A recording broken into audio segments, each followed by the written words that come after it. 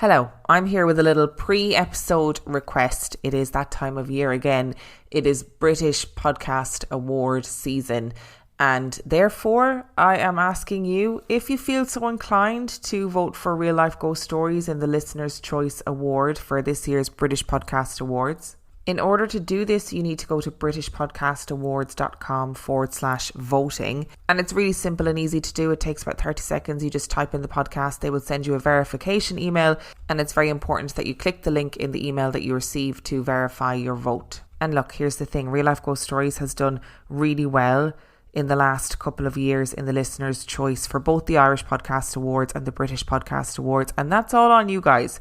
So thank you for taking the time to vote for the last couple of years. And fundamentally, for indie podcasts like this, it is just really good advertising, you know? So I really would encourage you that if you're voting for Real Life Ghost Stories, cast a vote for other indie podcasts that you like too. It really can make all the difference to us smaller indie podcasts. Thank you to everybody who has voted previously, who has already voted this year. The voting closes on the 29th of August. So, you know, get those votes in at britishpodcastawards.com/voting.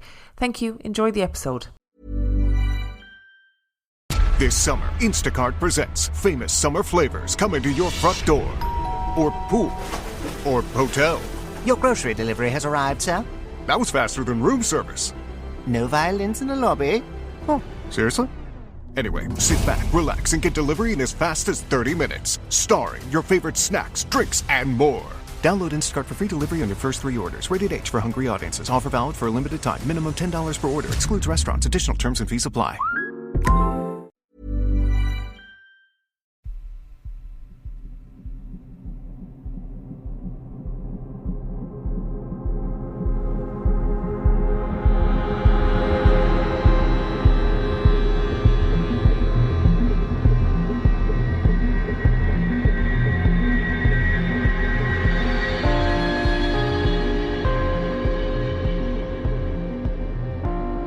Hello and welcome to mini episode 371 of Real Life Ghost Stories. And I have 2 spooky stories for you today. And the last story comes from June the 17th, 2024. And story number 1 comes from Sarah.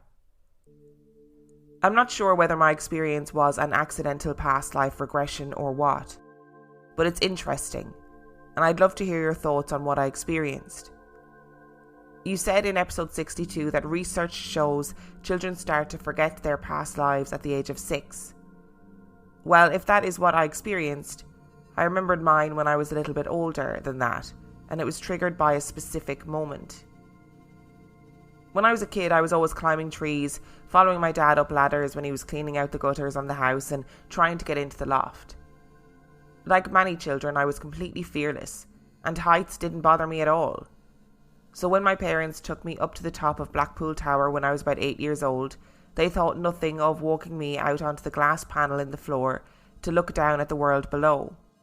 I was too busy looking out of the windows in front of me to notice the huge slab of reinforced glass built into the floor, until I took a few steps onto it. When I realised what I was standing on, I collapsed onto the floor, hysterically crying and hyperventilating. It was a full-blown panic attack, and my parents had no idea what to do.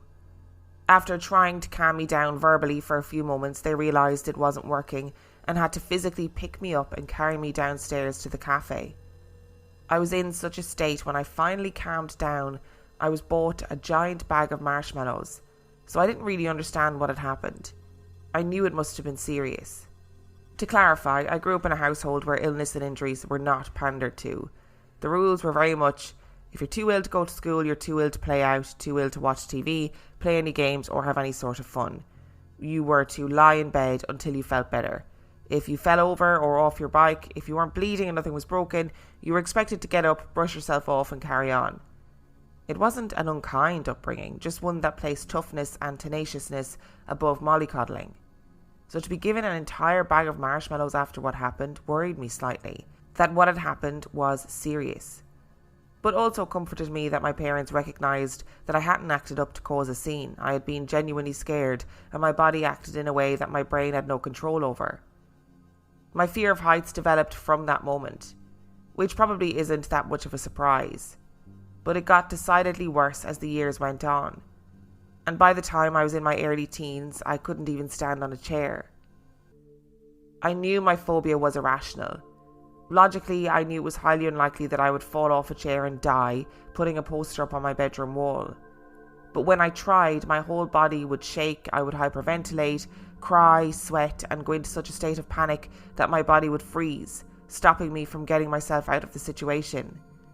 I would be frozen to the spot in sheer terror until someone made physical contact with me and guided me down from whatever high place I'd gotten myself into. When I was 14, the husband of one of my mum's work colleagues started training as a hypnotherapist.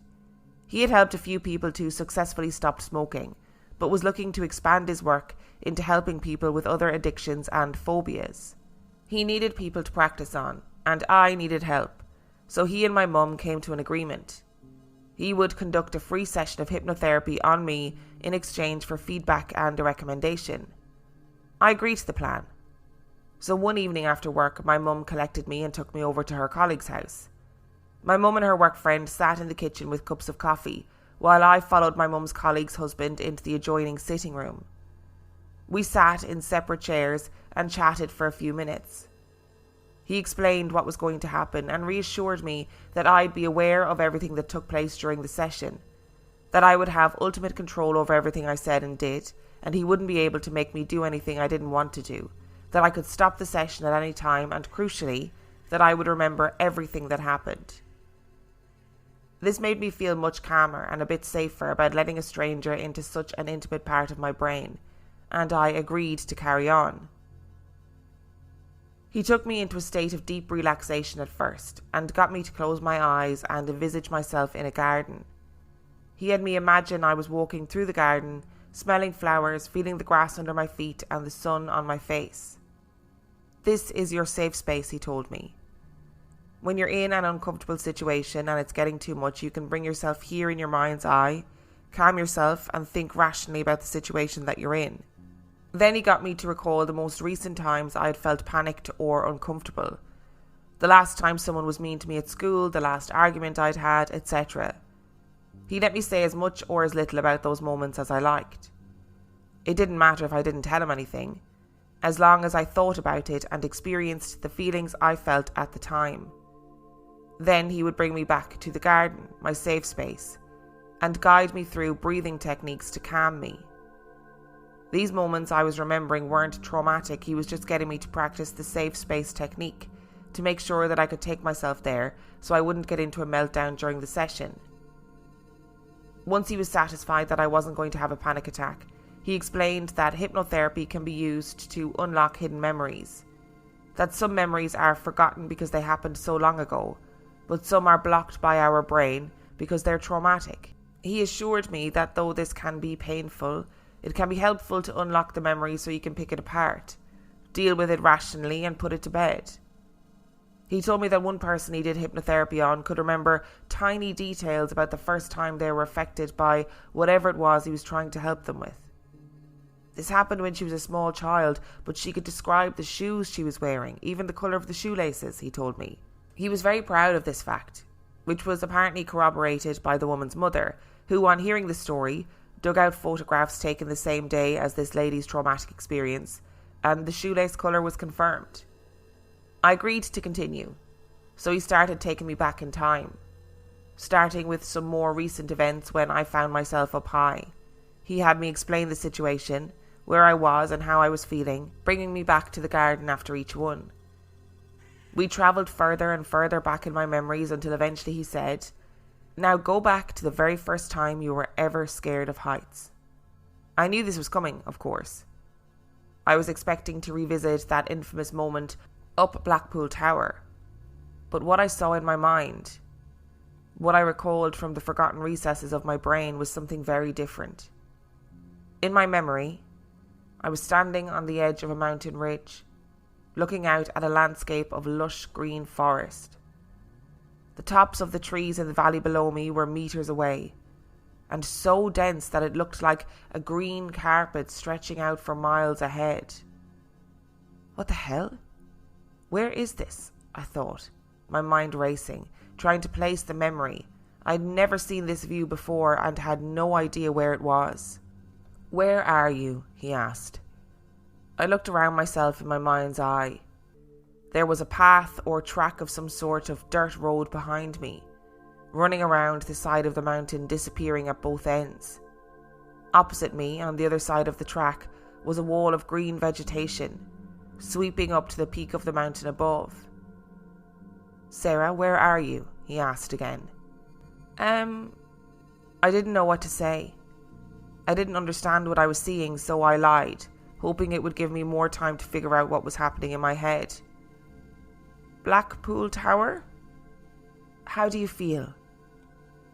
"Terrified," I answered honestly this time. A group of people were coming for me. I knew it. I could feel it.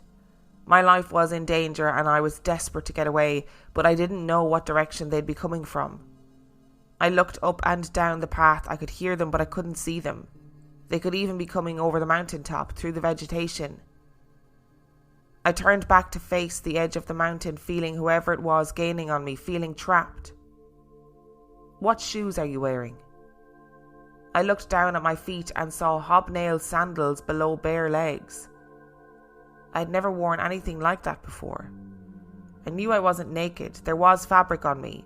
I was wearing clothes, but before I could focus on that, he repeated the question, drawing my attention back to my feet.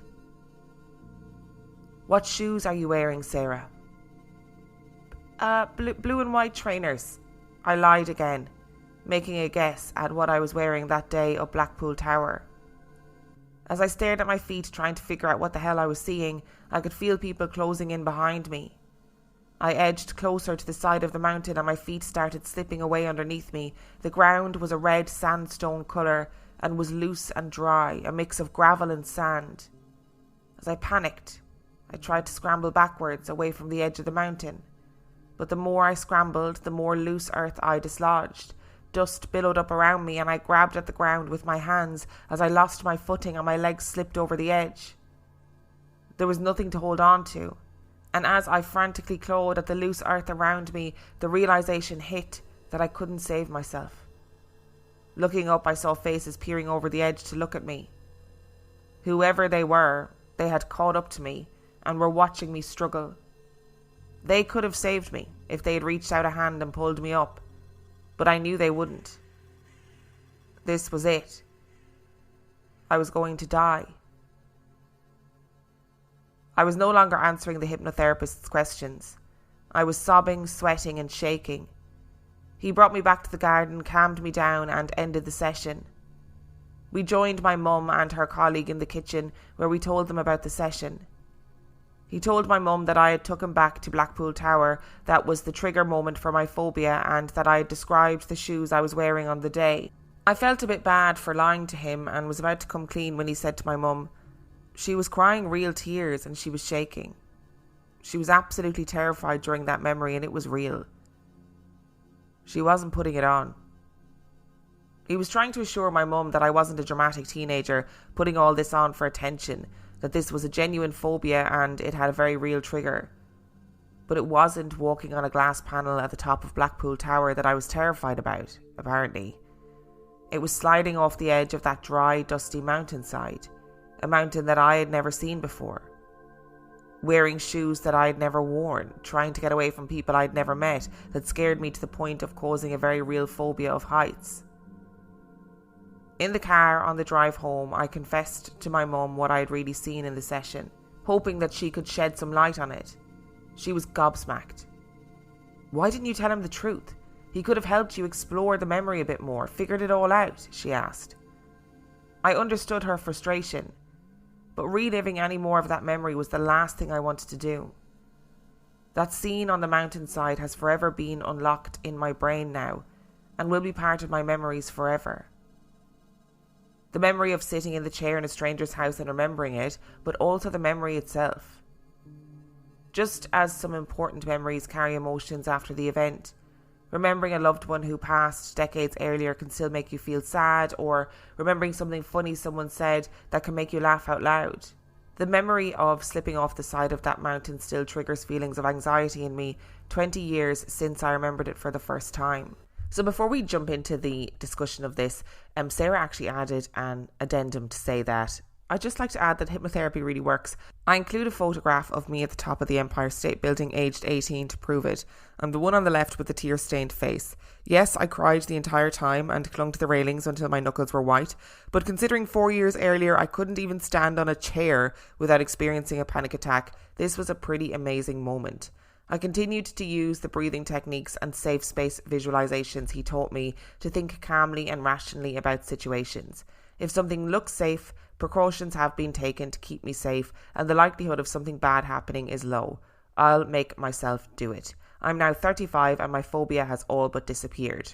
Phobias are absolutely fascinating, like obviously horrific for the people who suffer from them. And I think the word phobia is kind of bandied around too much.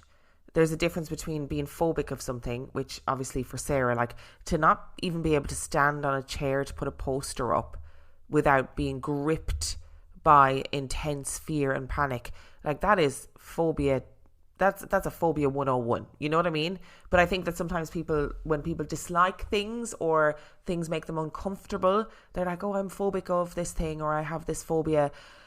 But like phobias are so, honestly, they can be so debilitating, so incredibly wildly debilitating. However, it is really amazing to hear in this instance that hypnotherapy has worked for Sarah, because like she said, top of the Empire State Building it's pretty high up, and it's pretty freaky even if you're not phobic of heights, right? So obviously those skills that, you know, that she found in hypnotherapy really did work, right?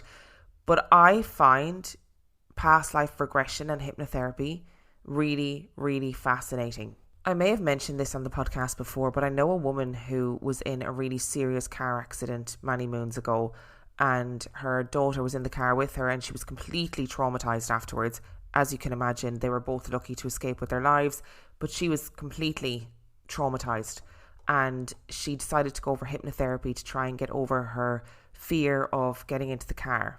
Anyway, she was telling me that in her hypnotherapy session, something very similar happened. She was having hypnotherapy and she regressed back to like an unknown point in history, and she sort of looked around, she was describing what she was seeing, and her and her hypnotherapist both quickly realised that it wasn't an unknown point in history, that she was in a very famous place where hideous things happened, right? I'm not going to go into loads of detail because it's very traumatic.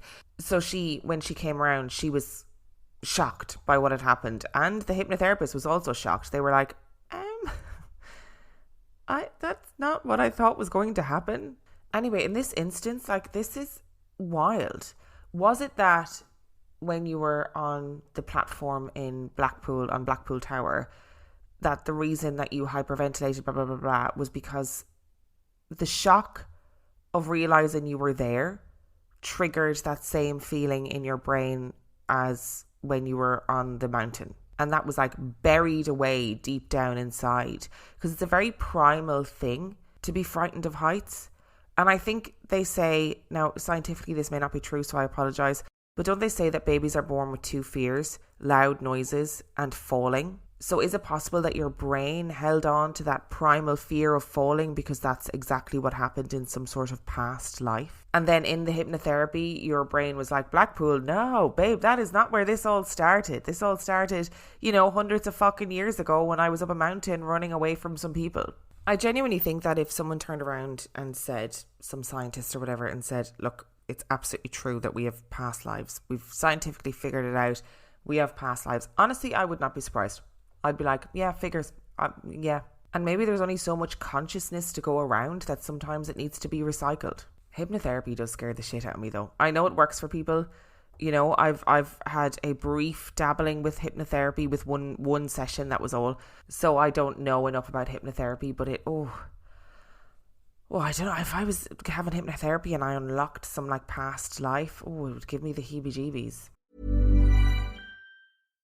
This summer, Instacart presents famous summer flavors coming to your front door. Or pool. Or hotel. Your grocery delivery has arrived, sir. That was faster than room service. No violins in the lobby. Oh, seriously?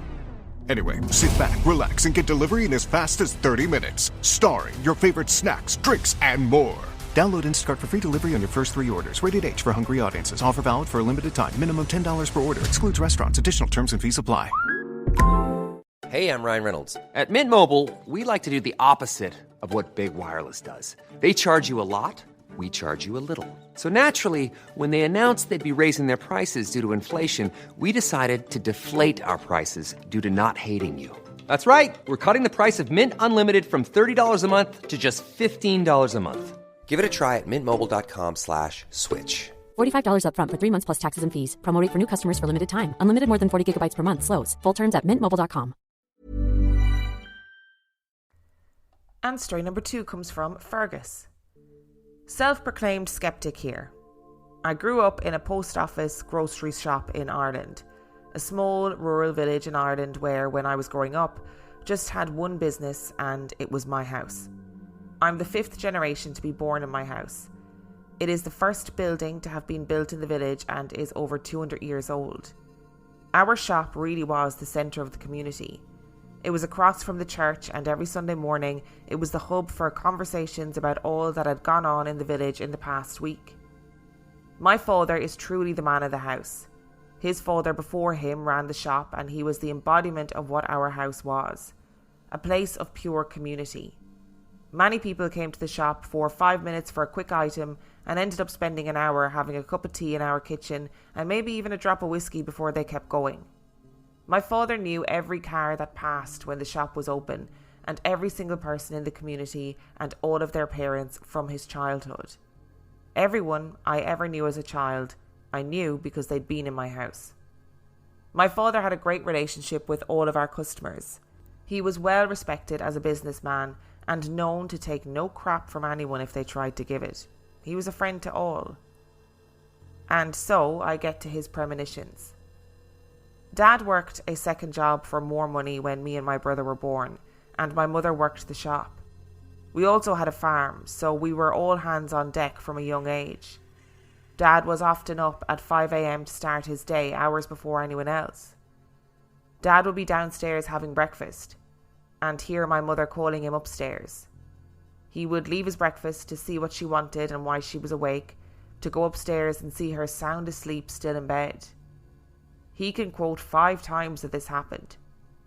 All 5 times that day a customer of the shop, a neighbour or a friend, and a member of the community of which our house was the focal point, would pass away. He realised the correlation on probably the 2nd or 3rd time it happened. By the 5th time, he said he didn't want to answer his phone all day because he knew what news was coming. It was undeniable. He would hear his name called that morning in my mother's voice, and by that evening we would have lost a key member of our tight-knit community. I know it's a trope that supernatural powers pass through women and families, but I am now a man in my 30s, and I've had the same thing happen twice to me in this house. I am not married, but my long-term partner and I stay here every few months when visiting my parents. Twice I've experienced hearing my partner call me early in the morning, and when I would go to see what she wanted, I have found her still to be sound asleep. The first time it happened, I instantly recognised it to be the same phenomenon as my father described. I didn't half hear my partner calling my name. I heard her shout very clearly from a few rooms away as if she urgently needed my help. And on both occasions this has happened, a family friend and neighbour have died that day. I can't explain why my father and I each hear our life partners in these moments. The shop has been closed now for 15 years, but it seems this house is clinging on to its importance in this community. It feels like the building is so linked to the community it knows when a key member is about to pass and lets us know in advance. Something about this story really touched me. I don't know whether it's just imagining the house having this life and soul and connection to the local community. And it's so true. I grew up on the outskirts of a tiny village where the shop was the centre of everything. It was the focal point. It was where everybody went when they needed to nip out and get some milk or whatever it was. You got all your gossip from the shop. You could go into the shop and cry about something that was going on. The shop was where everything happened, And I feel like if you were the person who owned that shop, you worked in that shop, you were the center of all power in the community. And it's not even just that. There's an element of stability to it. Like, that shop is there. It is always there. It is there for people. It gives people a sense of like anchorage, that is the center of their community. Everyone knows it. And it's just so incredibly important. And as this shop is the center of the community, and your father therefore was, you know, the patriarch of this shop, is it possible therefore that there was some unseen tether, some link between the shop and the community, and almost like the shop is its own sentient energy? And when it's time for people to go, the shop is like, right, this is going to happen. I need to give the heads up. And it blows my mind that this has passed down the generation, that your father heard his partner, his life partner, crying out for him, and then realised, shit, that is a sign that somebody's going to die, right? For whatever reason, that's the sign that is given. And then you, Fergus, are experiencing the same thing with your life partner. That is truly incredible. What a great story. Thank you so much for listening to today's episode. Thank you to Sarah and Fergus for sending in your stories. And the last story came from June the 17th, 2024. And if you would like to send in your story, you can do so by emailing it to reallifeghoststoriespodcast@gmail.com. You can also check out the website reallifeghoststoriespodcast.com. And if you are desperate for some extra content, you can subscribe to the Patreon. That is patreon.com/reallifeghoststories, where for $5 a month or $2 a month, you get access to heaps of extra content, as well as every single main and mini episode completely ad-free. And on that note, I shall see you next time. Hi, this is Paige from Giggly Squad, and I want to talk to you about Splash Refresher and my water intake. Okay, so you guys obviously know that I'm a hydrated girly, but sometimes when you drink that much water, it starts to just taste bland, and you're just like, I need something to spice it up. That's why I love Splash Refresher. It has 0 sugar, 0 calories, and it's a splash of sweetness. And they come in 5 different flavors. They're so good. Wild berry, acai grape, pineapple mango, lemon, and mandarin orange. My favorite is the wild berry because I just love a berry. So if you're like me and you're drinking water all day, then try Splash Refresher. It's going to absolutely change your water game, and it's good for you.